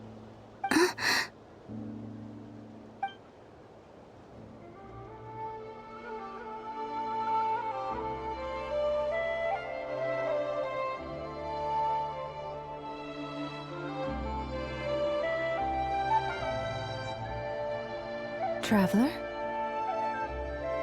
Let's go! This is no time to be spacing out! No.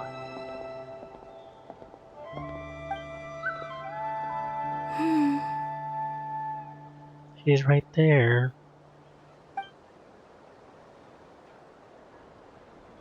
Oh, she's following us.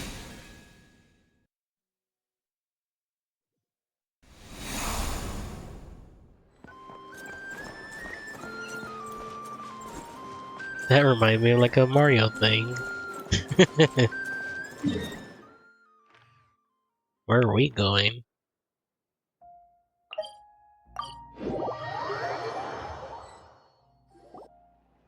Where are they going? They mentioned a mage and a name? So, Mr. Varka, are you acquainted with this Nicole? Or should I call her Mage N? Not really. We've never met, though she has come up in conversation. From what I've gathered, Alice kinda took Nicole under her wing. Taught her how to speak in a more ladylike fashion, that kind of thing. Huh. Hard to imagine Alice as an etiquette coach. Yeah, Alice is a larger-than-life personality, I'll give you that. But then again, that's why she's able to draw such an eclectic mix of people into her inner circle. If I remember correctly, being an interesting person is actually one of her main entry requirements. So, if you ever wanted to join the Hexenzirkel, I'm sure you'd both be eligible to apply. Hey! Don't go around making promises on Alice's behalf. I wouldn't dare. I'm just trying to paint a picture of the Hexenzirkel for you. Okay, sure. Anyway, since none of us have ever met Nicole, how are we supposed to find her? We can't just go up to every woman in sight and ask, "Hey, are you Nicole?" Maybe something she's wearing will give it away? Like, a windbloom pinned to her chest or something. Wait a minute. Alice never said Nicole was from Mondstadt. Oh, true. What about a tea set? I recall that each mage has their own cup. That would be this young lady, then?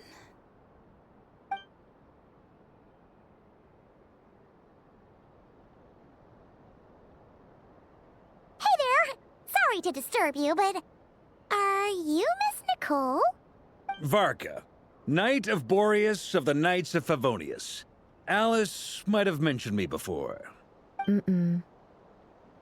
Have we got the wrong person? Sorry. awkward. When I shook my head, I meant, no, Alice hasn't mentioned you before. Oh, this reminds me of the World Quest in what was that place? Oshkanalan. Huh? Where is this voice coming from? In Natlan? Yes, in Natlan. My apologies. For certain reasons, I am unable to speak. This is the only way I can communicate with you. It might take some getting used to, but I hope you can understand. Hey, it's fine. I'm more shocked by the fact that Alice never speaks about me. I mean, As for you two, we have crossed paths twice before, but it is nonetheless a pleasure to finally meet you. It's really you! Thanks for all your guidance in the past! Wonder, because she talked about the Wanderer. You're quite welcome. This time, things are different. We have reached the unwritten pages of the story. You might say that we stand at the crossroads of fate. Oh, damn. Now then, allow me to formally introduce myself. My name is... Wow. Nicole, the unappreciated master sculptor. The immortal literary giant, if only they were right. And the silent angel, yet also the orator, the instant they utter a word, etc., etc. In summary, to remain silent is to be to remain silent is to be the observer of the world. No, no, no! Stop! Alice! I can't believe it! That's funny. I had a whole speech prepared. I'd agonized over every single word.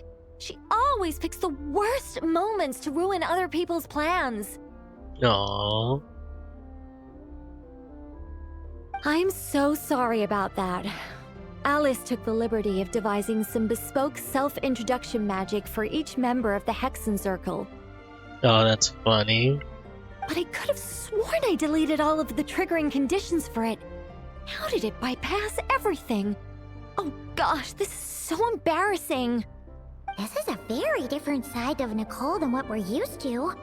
Is she not used to face-to-face interactions? Don't worry about it.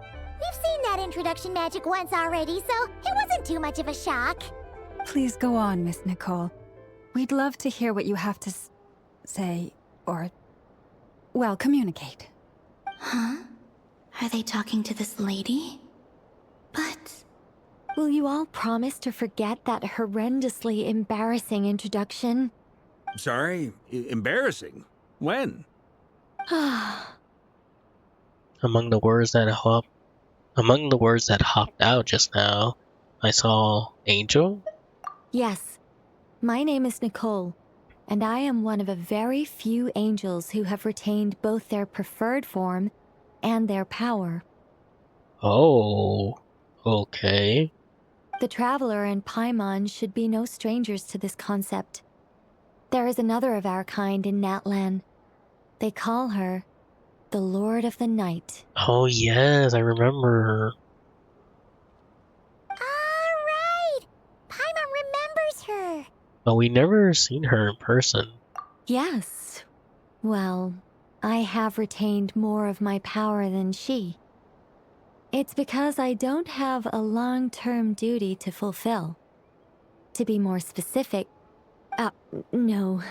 We'll be here all day if I get into the specifics. Moving on. If I'm not mistaken, you are here because you wish to learn how one might reach the moon beyond the sky. That's right. Is that something you can give us any guidance on? Yes, I do know a way. It began with the Hyperboreans, who lived after the War of Funerary Flame. Blank looks. Maybe I should start with the background of the war. Yes, please. Or maybe not. It shouldn't be an issue. I'll fill in the gaps for you when we have more time. Anyway, after that war ended, the 3 moons retreated to beyond the false sky. God damn it. The Hyperboreans were humans I once aided. They accepted the civilization and creations bestowed upon them by the angels. But despite accepting many blessings of the angels, many among them still held on to their faith in the moons. They were reluctant to accept the new order. Even after the War of Funerary Flame, they sought to contact the moon goddesses beyond the sky and receive their guidance. But all 3 had passed away by that point. This mage has a unique method of communicating. Is she talking about the moons? Yes, but they did not know. And so, still they prayed for the moon goddess's mercy. After building titanic structures that consumed vast amounts of Kuvaki, at last they glimpsed the moons and heard their voices. But of course, they were gravely disappointed, for it was then that they realized the 3 moon goddesses were dead. Oh, that's such a sad story. It is. Humanity was in a very sorry state at that time. The angels who had once aided them were gone, and the War of Funerary Flames had left them homeless and destitute. Just a second, I gotta ask. How relevant is all this history to the task at hand? Well, I mean, it's... Okay, it seems we've drifted into irrelevant narrative waters. I want to know more. It's been a while since I've had the chance to speak inside someone's head. As soon as I got started, I lost control and the words just flowed out like a waterfall. What I'm trying to say is... Right, yes, that's it. The relevant part is the ritual created by the Hyperboreans. The fact that they bypassed the false sky and saw the true moons implies that they successfully built a connection between Teyvat and the outside world. Which means, with enough Kuvaki and a sufficiently stable connection, it should be feasible to send one person over the border. Oh, cool. Okay, so they built some kind of portal? Oh, yes. A portal. Yes. Is something wrong? You sound disappointed. I just didn't expect you to summarize it so well. It turns out I could have said all that in one word, if only I'd managed to think of it. No, please, it's fine. This is invaluable knowledge. I'll be sure to record and preserve everything in writing. Oh, really? Well, in that case, I suppose I could backtrack and add some more detail. I did gloss over a few things so far. Whoa, time out. Let's summarize what we've got first. The Hyperboreans were the last ones to use this method, right? So we somehow need to find whatever structure they built and make sure there's enough Kuvaki to power it up. Luckily, we have the moon marrow of both the eternal and iridescent moons, so we're all good for Kuvaki. Which means the key issue we need to focus on is finding the place. Am I right so far? Yes. Although I expect the structure is long gone by now. That said, what if we could take advantage of the phantoms to travel back to a time when it still existed? Well, travel back isn't quite accurate. It's more like we'd be creating a handshake between 2 points in space-time. We wouldn't even have to pick a time when it still existed. It could just be a time when it still appeared in phantom form via projection, or we could project our own phantoms, fold them together, at... You look lost. Was that too hard to follow? Yeah, things got a little, technical there. Paimon's brain is reaching capacity. All right. Let me think about how to put this more simply. Okay, got it. Over the next few days, I'll search for phantoms that we can use. Once I find one that meets the criteria, I'll let you know and we'll regroup. By completing certain rituals, Specific individuals will be able to enter the Phantom and make it to the Hyperborean structure. If everything checks out, and it looks feasible, we'll just need to wait for Moon Prayer Night, and we can send the Moon Goddess back home. I'm really skimping on the detail here. Is this making any sense at all? I think so. For now, we'll just wait to hear from you. Yes. Basically, yes. Great. Counting on you. In the meantime, we'll focus on finding the Moon Goddess's name. My name? Are they looking for a way to stop me from disappearing? Of course. Excuse me, Miss... Go on, Miss Nicole. This conversation was a little all over the place. I didn't catch your name. I am Lauma, of the Frost Moon Scions. Ah, I did wonder. I noticed that you listened very intently when I spoke about Hyperborea and the moon's history. If you'd be interested, I'd love to visit you this evening and go through it again in greater detail. Also, if you were serious about making a record, it would be too risky to simply write down the raw details as is. I would suggest some tweaks. Maybe rewrite the stories as fairy tales or fables, perhaps even prayers. Anyway, we can cross that bridge when we come to it. So, see you later then? Oh, and no need to prepare anything. Just a cup of tea will do. Wow. Sorry. See ya! She seems friendly. It's just... It's so nice to find someone who's actually willing to listen. I've been dying for a chance to finally go through all this systematically from start to finish. Any longer and I'd probably start forgetting it. Now Paimon gets why Alice told us to mind our heads. Ha ha ha ha! What did I tell you? A lot of quirky people in Alice's orbit. Now then, the next order of business is... where do we start looking for the Moon Goddess's name? Maybe the rest of what Nicole has to say might give us some clues. Once I've heard her out, I'll summarize the salient points and share them with you all. I'm also inclined to review our other documents. Yes, our faith was first established by our Hyperborean ancestors, but many of the more factually accurate records are from after Kuthar's birth. I have a hunch that Navatui might know something too. Sounds like we're gonna follow Kalabina's journey through Teyvat, huh? In that case, we'll start by heading to the Frost Moon Enclave. Sounds like a plan. Take this with you. I'll see about getting in touch with the Fatui. It'll probably just be Arlecchino and Sandroni again. They're the only ones who would want to help. Thank you, Mr. Varka. Ha ha ha ha ha! Don't mention it. Honestly, I'm more comfortable dealing with the Fatui than prying into the details of a young lady's childhood. Catch you later. I should follow them, just in case there's some way that I can help.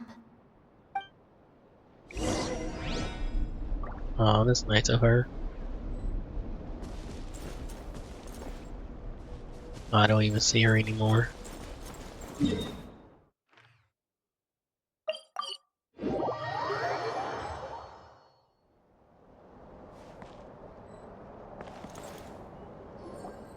A while ago, I took the time to organize all documents in our possession that pertain to Kuthar. What you see here is the material I consider reliable. You're saying there's unreliable material too? Yes. Most of the information we have was transmitted through an oral tradition. Inevitably, some of her stories were mythologized and deified over the years through countless retellings. That's why I organized them into reliable and unreliable. Wow, that's unfortunate. There's no sense seeking answers in history unless we can ensure the veracity of the historical record. Makes sense. Alright, let's take a look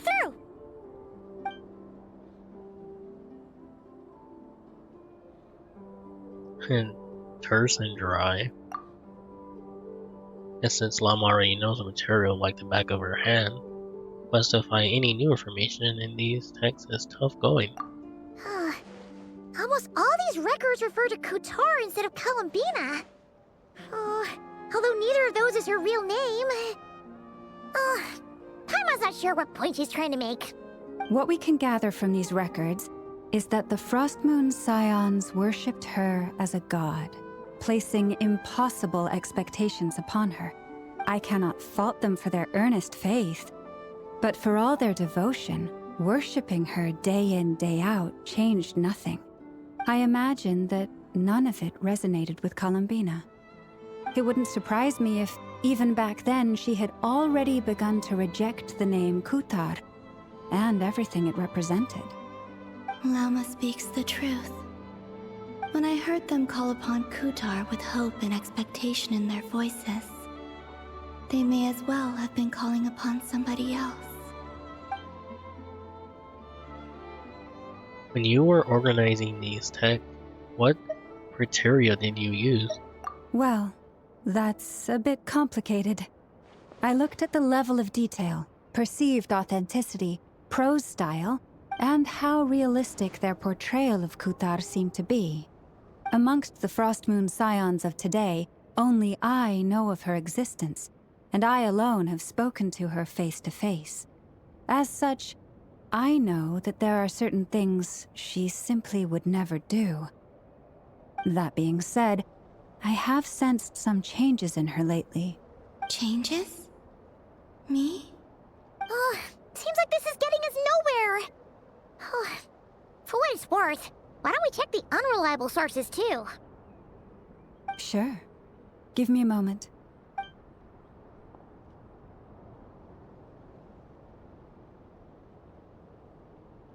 Exerting but a fraction of her divine might, Kutar sheared a great mass from the snow-capped mountain and cast it into the sea, upon whose surface shone the mirror image of the moon. Thus was formed the island of Hisi. Really? Yeah, right. That doesn't even begin to pass the sniff test. Oh. The 3 moons are not but lies through and through. Only one moon has ever shone for us, and Kutar is her name. The subjectivity is wrong on this one. We heard something like this before in Natlan. The vast majority of ancient texts are filled with fanciful tales like these. I trust you understand my criteria a little better now. Kutar did not speak, merely gazing into the distance in silence. And where her gaze landed, this was her prophecy. Clearly, whoever wrote this text never even met Kutar. Otherwise, they'd know that her eyes are always closed. What about you, Traveler? What are you reading? Seems like a collection of anecdotes. Come on, let Paimon see. The child wished to build a wooden nest with which to shield the fledgling bird from the cold. But being so young and lacking in strength, the child could not snap the branches from the trees. Kutar was passing by. Upon seeing the child, she summoned forth the Kuhenki, who built a beautiful nest for the child. I remember that. Not knowing the meaning of Kutar's divine intervention, the child dared not to respond, and thus ran home to call their parents. But Kutar was gone. The Moon Chanter declared the event a miracle and took the nest as a relic, placing it on high for all to see. The child was named as one favored by the goddess, and was greatly respected amongst the people. Yet, no further miracles were bestowed, and this matter was forgotten in but a few years. Huh. Any thoughts after reading that? If it's true, it gives us a somewhat lonesome feeling. Yeah. Columbina probably just wanted to join the kid in making nests. Ah. I'd originally considered this a fabrication, because Kutar did not perform any similar actions in subsequent records. But now that I think about it, it does seem like something Columbina would do. It's just that... She didn't know how other people would interpret her actions. She was probably worried about making things difficult for people. And so, she gradually stopped joining in. Yes. Oh, that's so sad.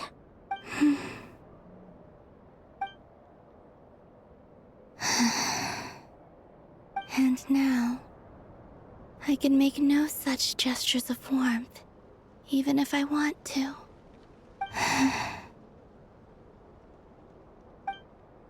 Still no name. That's a bit of a shame. But we did learn some interesting stories. That's gotta count for something. Barca said he was gonna set up a meeting with Arlecchino and Centrone, right? Let's go back to Nasha Town and see how he's doing. That's crazy.